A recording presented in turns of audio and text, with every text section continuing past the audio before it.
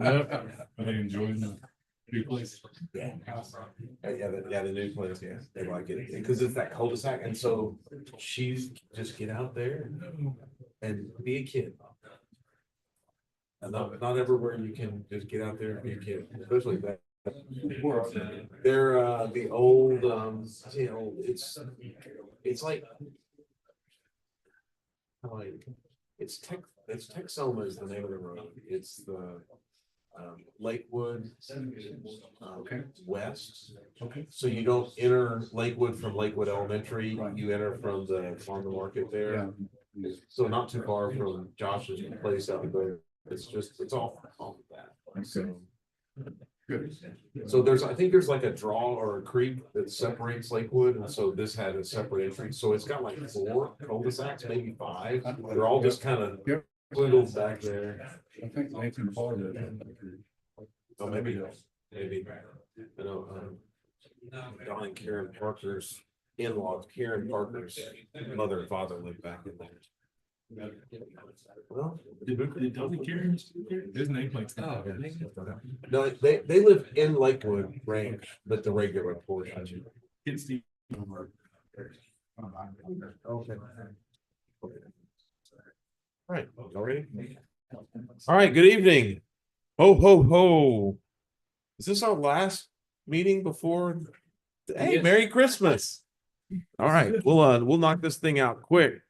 I know Santa's waiting. So first item on our agenda, or actually before we start our agenda, we're going to be led by John Holmes with our Pledge of Allegiance. Our Texas Pledge will be led by Amy Casey, and I will give the invocation. So if y'all would rise.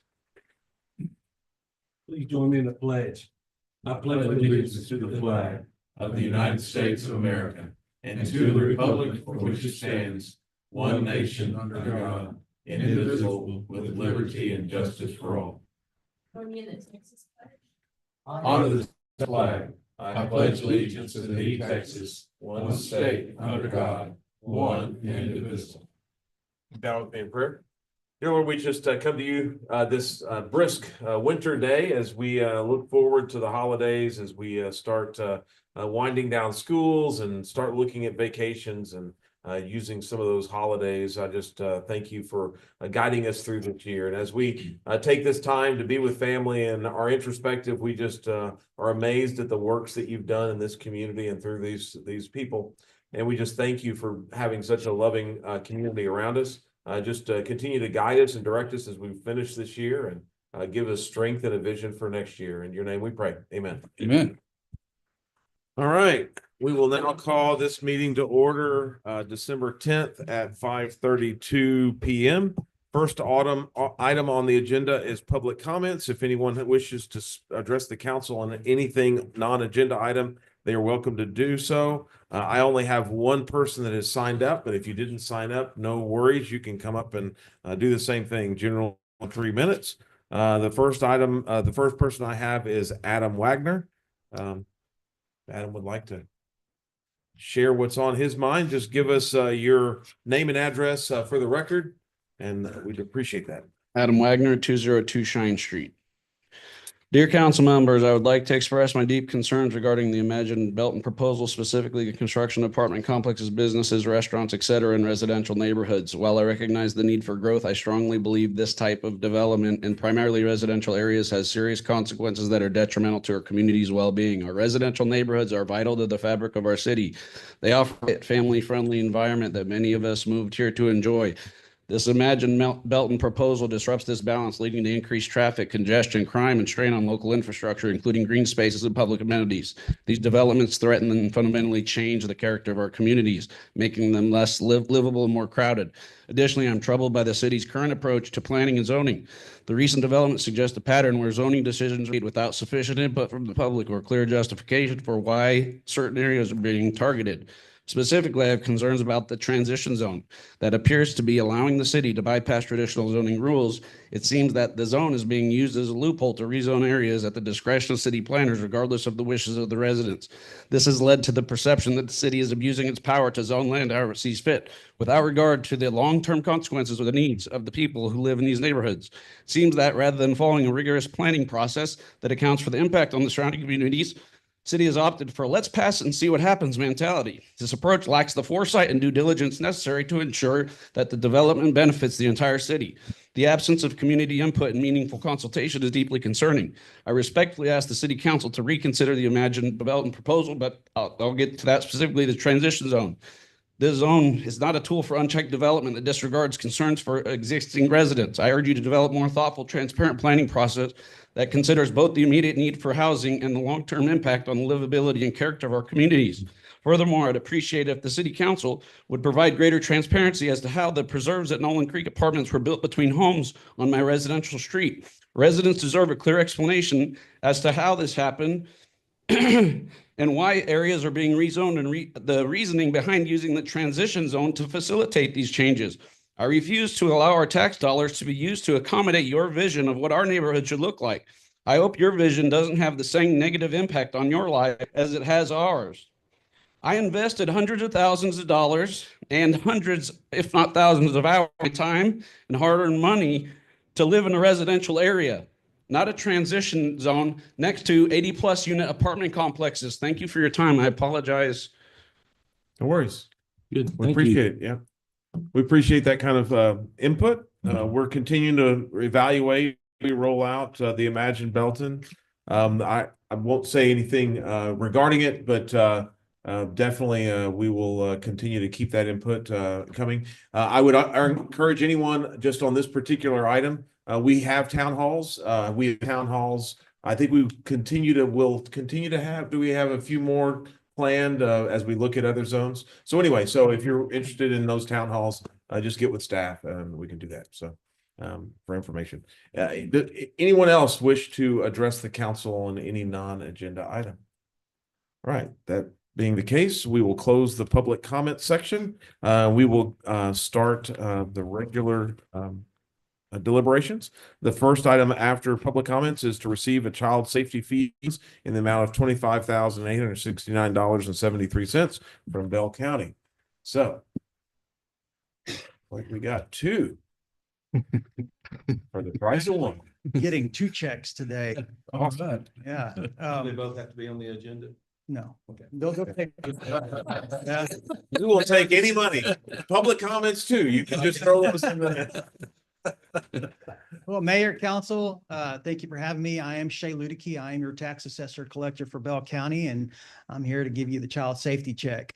Last fiscal year, our registrations were down about 3,000 vehicles, so we didn't collect near as much as we did the previous year, but we still collected $462,124.50 countywide for registering 308,083 vehicles. State law says we must allocate those funds to all the municipalities, and that's why I'm here today. This is the best time of year for the tax assessor collector. Instead of collecting money, I get to give some of it back. Since the program started in 2001, I got to mention this. Bell County has collected and distributed $9,184,748.98 in these $1.50 fees.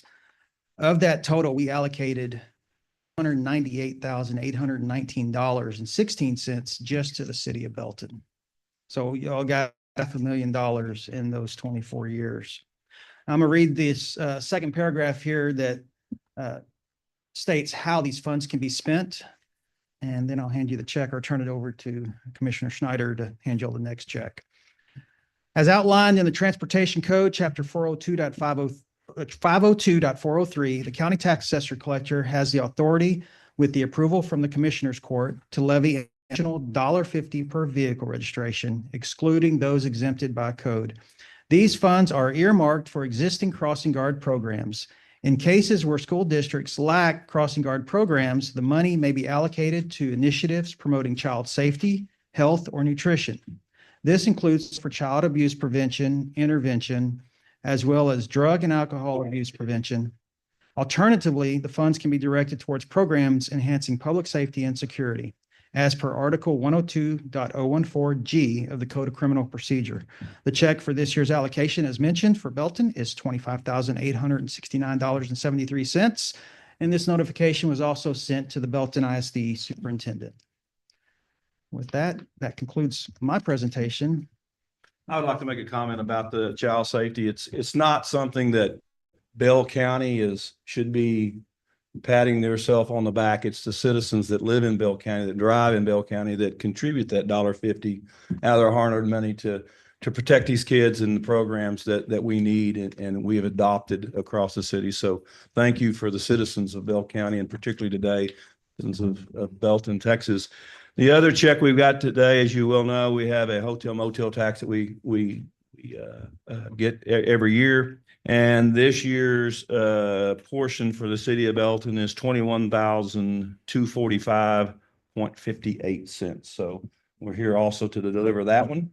And thank you for all the people who choose to stay and play here in Bell County and spend their time here enjoying skating rings. So thank you guys for allowing us to do this, and we'll see you next year. Next year. Yeah. Thank you. Yeah. Who do I hand this to? Show me the money. Well, again, thank you guys. It's a great partnership. Some of that money just goes right straight out of our bank account to our next partner. And so it's good to have a partnership. Looking forward to continued years of partnering with you guys. Thank you. Thank you. Appreciate it. Y'all have a good evening. All right. Item 4 is to consider minutes of the November 26th, 2024 city council meeting. This is not consent. So if you guys have read those, chair would entertain a motion. Move we approve minutes from November 26th of 2024. Second. We have a motion and a second to approve the minutes. All in favor, say aye. Aye. Those opposed? All right, passes unanimously. Item 5 is to consider the appointment of the 3-member council subcommittee to review and make recommendations to the council on the updated personnel policy as specified in the city charter. I guess I will take this item. So we have had some discussion, the periodic review of personnel policy instead of boring all the citizens in a detailed review of that. During council meetings, we felt that we would appoint a subcommittee to work with staff to review those and bring key items to the staff. I mean, from the staff and the council back to council. I've asked John Holmes, council member Dave Covington, and the one that's absent, O'Banion, if she showed up, she could get out of it, but she didn't show up on time. So anyway, so I'm suggesting the appointment of those 3 individuals to serve on that committee. If I guess one is any comments or questions, or the chair would entertain a motion. Move we appoint those 3 folks. That's that. Second. We have a motion and a second to appoint these 3 individuals to serve on this subcommittee. Any other comments or questions? Happy to serve. Yeah, thank you guys for volunteering to do that. Hopefully it's time efficient. So all in favor, say aye. Aye. Those opposed? Passes unanimously. Item 6 is consider items related to wastewater infrastructure improvement for future phases of River Place. I'll go ahead and I'll take these one at a time. We'll do 6A. Hold a public hearing. Consider an ordinance amending the project plan and financing plan for the City of Belton Tax Increment Reinvestment Zone number 1 for the extension of wastewater services to the future phases of River Place on the west side of 317 and north of 439. Sam. Mayor, if you also call item B. Okay, I'll go ahead and call it. Yep. Great. And I is consider authorizing the city manager to execute a chapter 380 economic development agreement with Ainsley Corporation regarding the extension of wastewater services to future phases of River Place on the west side of Texas 317 and north of FM 439. Thank you, Mayor, members of the council. Appreciate the chance to present this item tonight. This item that we've been working on for some time. Tonight, we'll ask to conduct a public hearing to amend the project and financing plan of the TERS to address future utility. And secondly, to execute a 380 development agreement with the Ainsley Corporation to the obligations of both the city and the developer in this particular case. I just wanted to kind of point out the location of what we're talking about here. The property that's shown here is the location of sections 10, 11, and 12 that are under consideration for immediate development. As you recall, the TERS plan was amended just a couple of years ago in November of 22. The rezoning of that property occurred in last year, the summer of 23, to establish the SF1 zoning for all that property. And then tonight, we'll deal with the amendment to the TERS and the agreement as well to address that. And this is the area showing the expansion of the TERS that occurred just a couple of years ago. This is the area of consideration. Obviously, you're all familiar with Main Street and the river. The focus of our consideration is this area right here. What is proposed is an extension of a sewer line under 317 to provide sewer service, sewer infrastructure as a public project to extend sewer to the next phases of River Place. Had a lot of discussion with the Barge family and their representatives on this issue, but there is a great opportunity for extension of the services into this area. The plan would be to connect with the Mystic River, Tuscan River development and extend that line across 317. And then the developer will extend it from that point westward up to the area of River Place 10 through 12 here. The area you can see, y'all may remember this view. This is just a concept plan of what was done, the 214 lots that are planned in that area for service. There has not been a plat submitted just yet. That's the next phase after the development agreement. But we look forward to working with the developer on that as they lay out the 214 lots and address this area. Remember, this is zone SF1, which is the larger lots, the 10,000 square foot lots. So again, a great opportunity for continuing the River Place development with the extension of sewer services as opposed to not having sewer and forced to rely on septic tank service. The costs are identified based on working with Turley engineers who've done all the engineering for this project. The two areas highlighted in yellow are the city's obligations, acquisition of the easement that we've had some discussions about. Also, our cost for the extension of the wastewater across Main Street to the Barge property, a total of approximately $595,000. We approached the TERS and asked them to commit $650 to just make sure we do not have to go back to the TERS board or to the council, not knowing what the bids might be, but we hope the funding, that the cost would be something less than that. But our recommendation to you is for the $650. The other two items, a future lift station will be needed at some point in the future. That could be as far as 5 to 7 years out. As this property continues to develop, that would be a city obligation. Again, quite some time in the future. And then the developer's obligation, you can see the 855 for internal circulation and service to the subdivision that would be provided there. This is the area of the 15-foot easement that we need across the lot at the western edge of Tuscan River. They're adjacent on River's edge. And so that would extend along the property and then cross under 317. The costs are outlined here and the obligations. On the left-hand side, you can see the developer's obligation, fields for the off-site sewer, master plan for all the property, preliminary and final plats of the property, designing all the sewer improvements, bidding the improvements, which we would have review of that, and then the developer would award that to the lowest bidder. Our compensation would come at that point after the bids have been reviewed. Internally, of course, the developer would have all the obligation, the $860,000 estimate to provide utilities to that area. Our obligation, again, summarizing, we would secure that easement, coordinate all the work with TxDOT to get the line across the 317 site, future information for the lift station. And then, of course, our major costs here, the 595, the combination of the easement and the sewer to the side of 317. So our recommendation for you today is to acknowledge fiscal impact of the 650. The TERS recommendation they made on December 5th unanimously recommended approval of these two items. We would ask you to conduct a public hearing And then recommend the amendment to the project and financing plan to provide for this as a project listing in those two documents. And then finally, to as the execution of a economic development agreement with the Ainsley Corporation. I'll be glad to answer any question. All right, any questions before we open the public hearing? All right, there being no initial questions, we will close the deliberations and open the floor for public comments on this project. If anyone has any questions or comments, well, mainly comments, please address the microphone there. Give us name and address.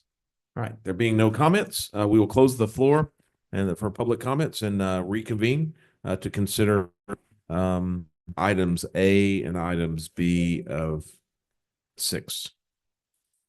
Anyone has any comments? If not, I guess we will we'll need an emotion for 6A and then another motion Yes. for 6B.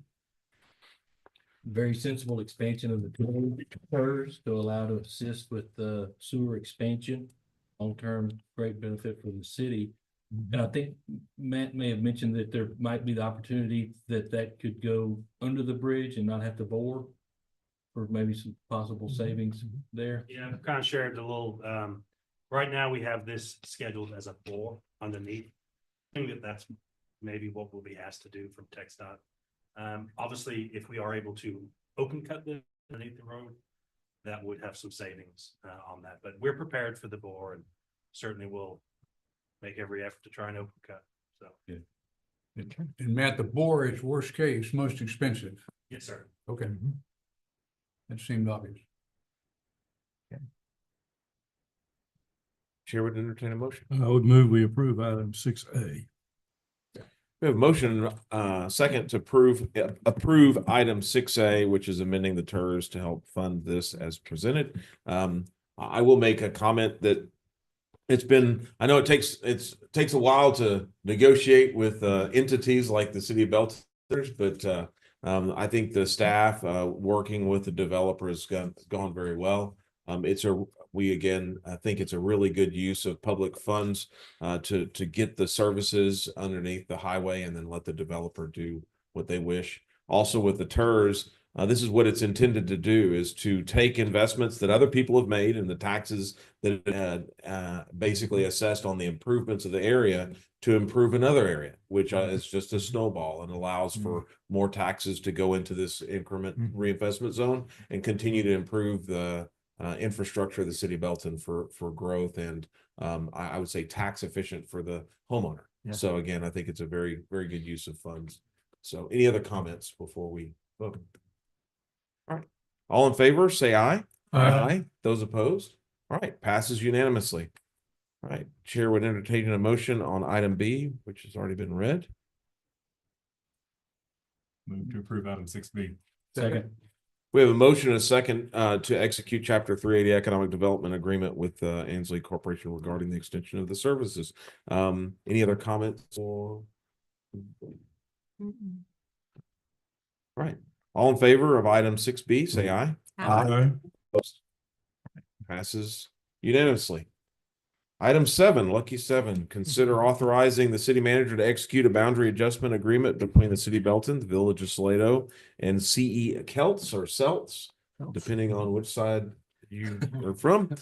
International LLC regarding common boundaries of Salado city property located northwest of the intersection of Interstate 35 and 2484. Thank you, Mayor, members of the council.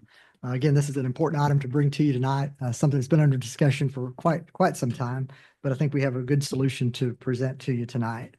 A boundary adjustment agreement is something that's authorized by the legislature. This occurs obviously as cities abut each other and there are issues involving development or perceived issues involving development that emerge.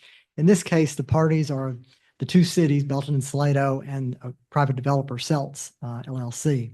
The location, as I'll show you in just one second here, is right at where the asterisk is the location of the potential conflict, I guess you might say, where the two cities abut. This is, you can see, I just wanted you to visualize the the city of Belton, city limits coming down the interstate, and then the area in blue, the village of Salado. And of course, we abut right there at the asterisk. These other areas are our ETJ areas. And so what has occurred is obviously discussion over quite some time about how development might occur at that edge. We began discussions 4 years ago, if you can believe that, in terms of zoning and plat review between the city and Salado, mostly between us and although Salado was involved to a degree. The applicant at the time expressed a preference to be in the village of Salado in that section. Obviously, you have two jurisdictions abutting each other, not an uncommon situation. You can imagine cities that have grown into each other. This is something that's really that usual, but it was a perceived conflict issue. And in addition, it was at the edge of our existing services. Salado Water Supply Corporation was the water provider. The developer had built a private sewer package plant to serve the area. And so the perceived benefit of Belton in that particular location was limited. And so there was a lot of discussion, but really no consensus. We had really struggled to reach consensus. The applicant sought de-annexation from the city. And, from our standpoint, in terms of the plat review occurred. We gave comments and yet there was really no response to those. Utilities, drainage improvements were then built by the applicant without plan approval or any public entity inspection.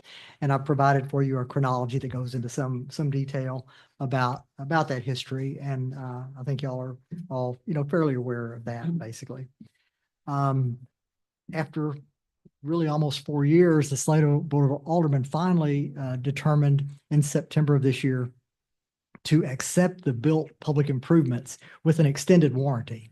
It was a concern to everybody about something that was built without inspections. With that approval or that concept of improvement and acceptance, we all shifted our efforts to try to find an equitable distribution of property to Belton and to Salado as part of a boundary adjustment agreement. And I'll share with you a couple of maps here. This is a little bit confusing, but please bear with me for just a second and I'll kind of show you, make sure y'all have a good understanding of what's going on. Again, city of Belton, area in red, coming down the interstate, Salado coming up this area in blue, and you can even see the subdivision crossing over into the city limits of Belton here, right at that intersection of Salado Center Drive, a built street without inspections or approval or any of that nature, basically.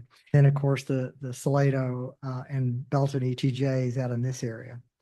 The areas to note are a small portion of Salado city limits, this area right here, a small portion of area that's in our ETJ, and then the crossover, the area in red that occurs right here where the subdivision is built.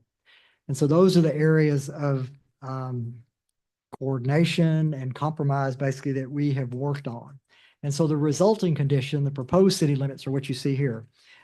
City limit of Belton extending down to the Salado Center Drive street, Belton extending from that point northward, and then Salado extending up to the street. So we have a good solid street location as a boundary for the city limits basically.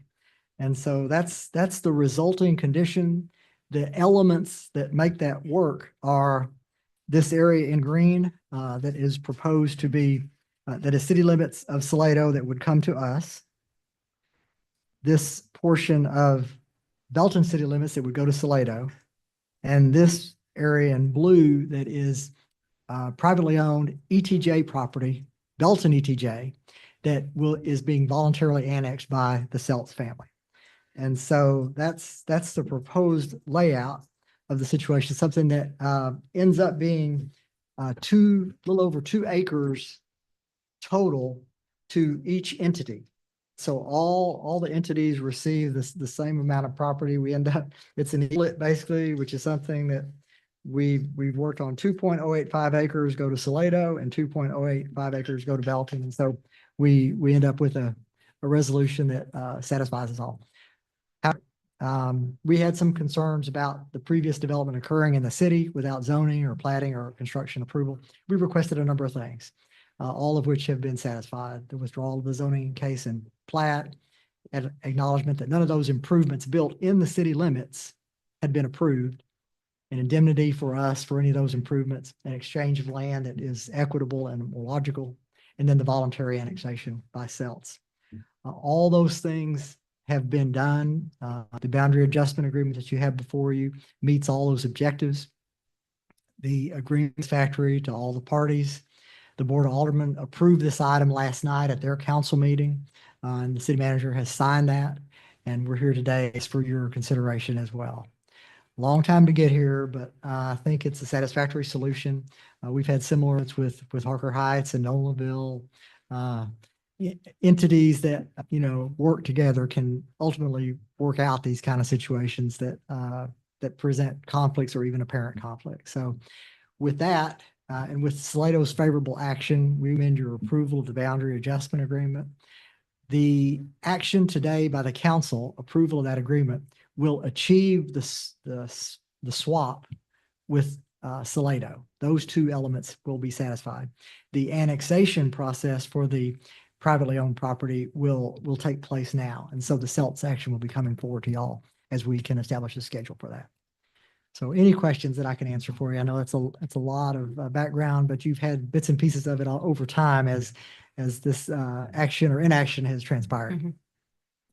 Right. Any comments or questions?